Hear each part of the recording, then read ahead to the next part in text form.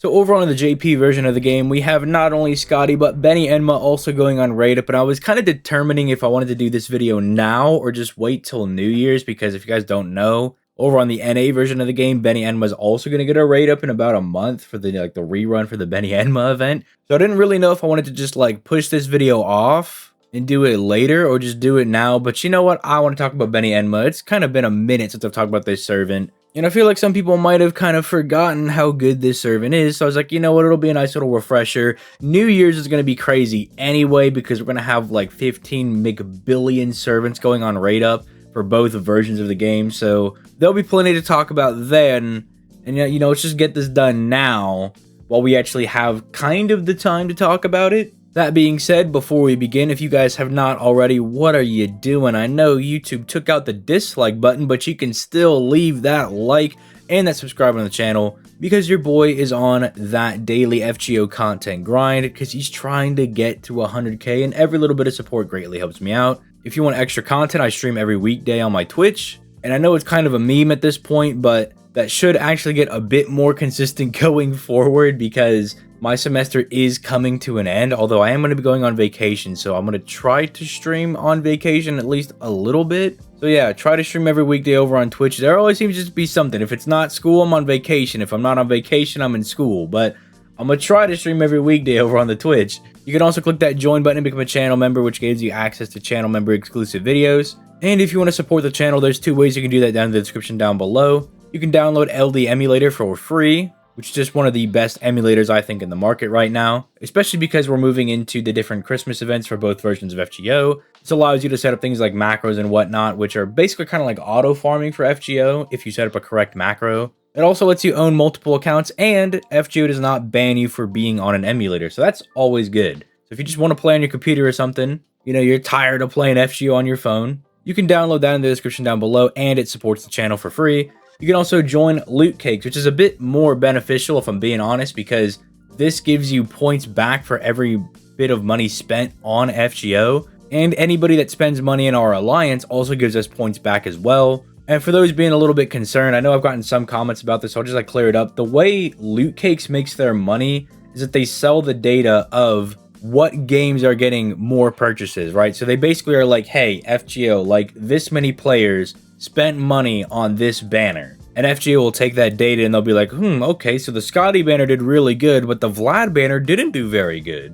So that's how they make their bag, because I know some people were a little sketched out. They're like, wait, so we just get free points for spending money on FGO? And it's like, well, yes, and then they take the data of what banners are doing good and they give that back to FGO, and they do this with other games as well, like Dokkan Battle. I just kind of think it's a good service, because, you know, you get points back and they're not doing anything super shady. It's just telling the companies what banners are doing really good, so they kind of know what banners make them the most money, which seems pretty relatively harmless. I don't know. If you want to earn back points for your spending on FGO, join Loot Cakes down in the description down below using my link. Now, with all that being said, let's go ahead and move into Beni Enma, who is a pretty solid little birdie, alright? She's a very, very good single target art servant, and what better way to demonstrate that by just diving right into the servant, starting off with her hits. Now, if you were to just take a gander at Beni Enma's hits, you might wonder what the heck is going on here. You have a 6-hit, 1 quick card, 2 arts cards with 3 hits on them, and then a 5-hit extra attack. You might just be like, I have no idea what's going on here with this servant. And my answer to you would be, you only care about the arts cards. I know that 6-hit quick card with 10.3% star gen sounds pretty appealing, especially because she actually does have a presence concealment passive that's buffing that up by 10%. So she can actually drop a bit more stars than she's letting on, especially with the 6-hit quick card and the 5-hit extra attack. But really, she is, at her core, a single target art servant that can loop her NP if you're getting crits on said arts cards. And that's really the main thing that you want to take away with Beni Enma. Do as many arts changes you can possibly do. Get crits on those arts cards when at all possible. If you see a crit on an arts card, you always 100% click that. But if for whatever reason you don't got the arts cards, you click the quick cards. Because the name of the game when it comes to looping servants is to always be genning NP. If you want to be funny and you want to do a big buster crit, go ahead. Just know that it's not quote-unquote the most optimal thing to do. But you guys also know that because this is the ZTL channel, we do gotta praise the W for giving her the 5-hit extra attack, because if you do not know, which surprisingly, I get a lot of comments, more than I would think, where people are like, I know the extra attack thing is a meme, but they're like, the game doesn't actually tell me what it does, so I don't know, the meme actually is just a little bit helpful, but if you didn't know, it's a composite card that gens stars, NP, and does big boy damage, and is very reliant on your natural NP and star genning statuses, because it does not have the ability to crit. So look at those two arts cards. With 3 hits and 0.56% NP gain, they're going to be kind of average, but if you get crits on them, they actually become more than average and become really good. The extra attack is just going to kind of look average because it can't crit to really take advantage of NP gain and star genning abilities, or to just do even more damage, because that would be a little bit broken. Imagine if you could crit with Gil's 8-hit extra attack. It would be a little disgusting. But it's not a bad extra attack considering like what her natural statuses are. Like her natural NP gain and natural crit star generation are pretty average at both of those. So extra attacks, which you should be seeing a lot because you should be brave chaining with Beni Enma because she's a DPS servant, it is going to be rounding out those brave chains to make her look just that much better. But let's go ahead and move on to some of her skills. Now, skill 1 is just a traditional kind of that good stuff kind of skill. Like it's just generic good stuff. You're getting 1 turn of evasion and 3 turns of 40% crit damage on a 6-turn cooldown. And like I'm saying, this is just a generic good skill. Nothing super crazy is happening right here because the weird skills are her 2nd and 3rd skill. But this is more or less to just keep Beni Enma alive, dodge an NP, keep her alive for a turn, and then let her clap back with some crit damage. This is also like one of the better ways to put a damage buff with a survivability buff, because you have characters like Jalter, Raiko, Jack that have their main damage steroid tied to their survivability, and it can lead to some pretty awkward situations where you don't want to die, but you don't want to lose your damage steroid, or you don't want to pop your damage steroid because you're worried that you might need your survivability later. And this is one of the better ways to do it. Put the damage steroid, or I guess just the crit buff that's kind of like a damage steroid for your face cards, but put that on a 3-turn buff so that even if you don't get to use it this turn, well, you still have 2 turns to take advantage of that skill's effect. So it is just generically a very, very good skill. It's just that generic good stuff that Beni Enma is packing. Then we move on to her 2nd skill. Now, you kind of have the 2 basket skills is what I like to call them.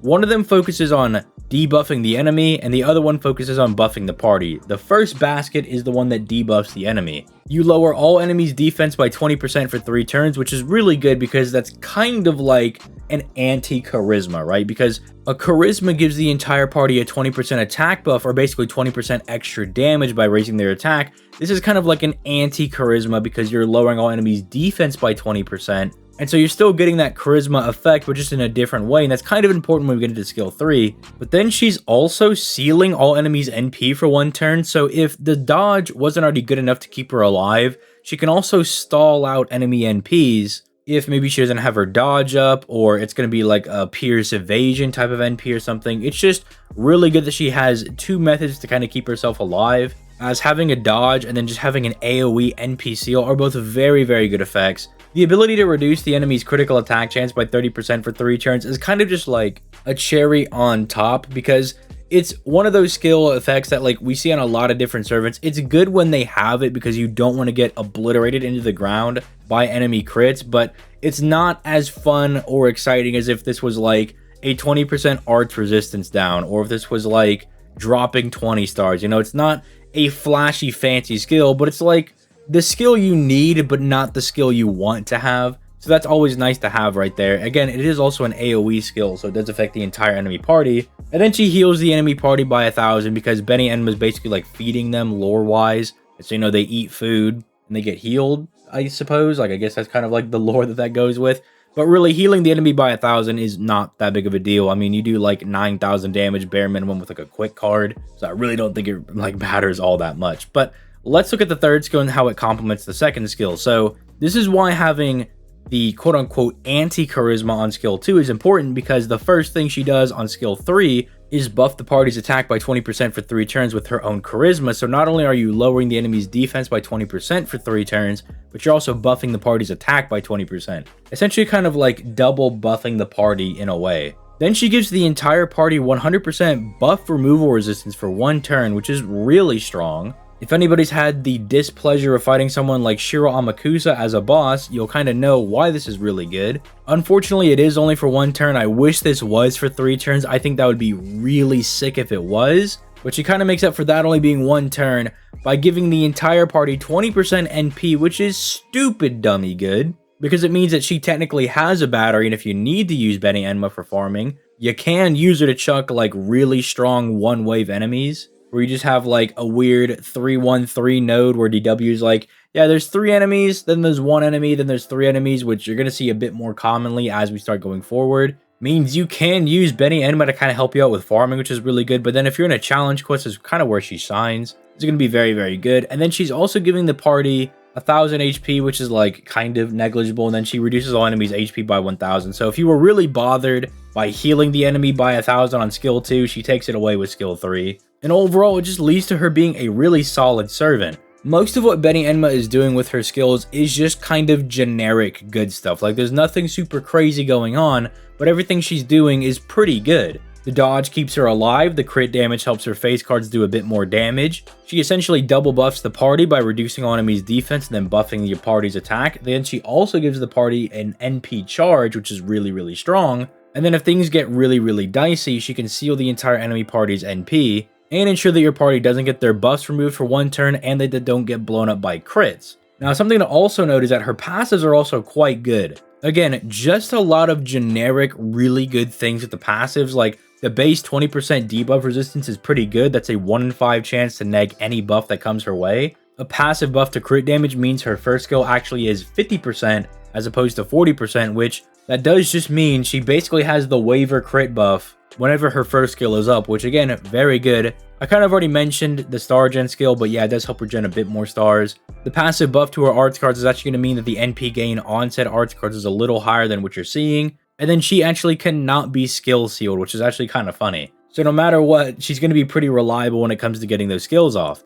But let's go ahead and look at the NP. Now, this is literally just giant beat stick the NP, because its natural damage is already pretty good. If you look at the charts where Beni Enma's at, for an unbuffed NP, even without her special damage mods, the damage is quite good. But then, for whatever reason, they decided to throw her 2 different damage mods that you can get together. Each is a 40 to 60% attack buff, and they proc for both chaotic and evil alignments. Now keep in mind, there's a decent bit of chaotic evil servants that have both, but the fact that he can proc for each individual is really, really good, because there's a lot of chaotic servants and there's a lot of evil servants in the game as well. Meaning that if you have a bad boy that you're fighting right now, Beni Enma will come over there to personally smack them in the face with her sword and then shove them in a box, and then proceed to obliterate their entire way of being. Meaning, Beni Enma's NP, sure, it's really basic, but it is a giant beat stick. And again, like the rest of her kit, it's just that generic good stuff. It's not a super specific and niche special damage mod. Like, it's not something like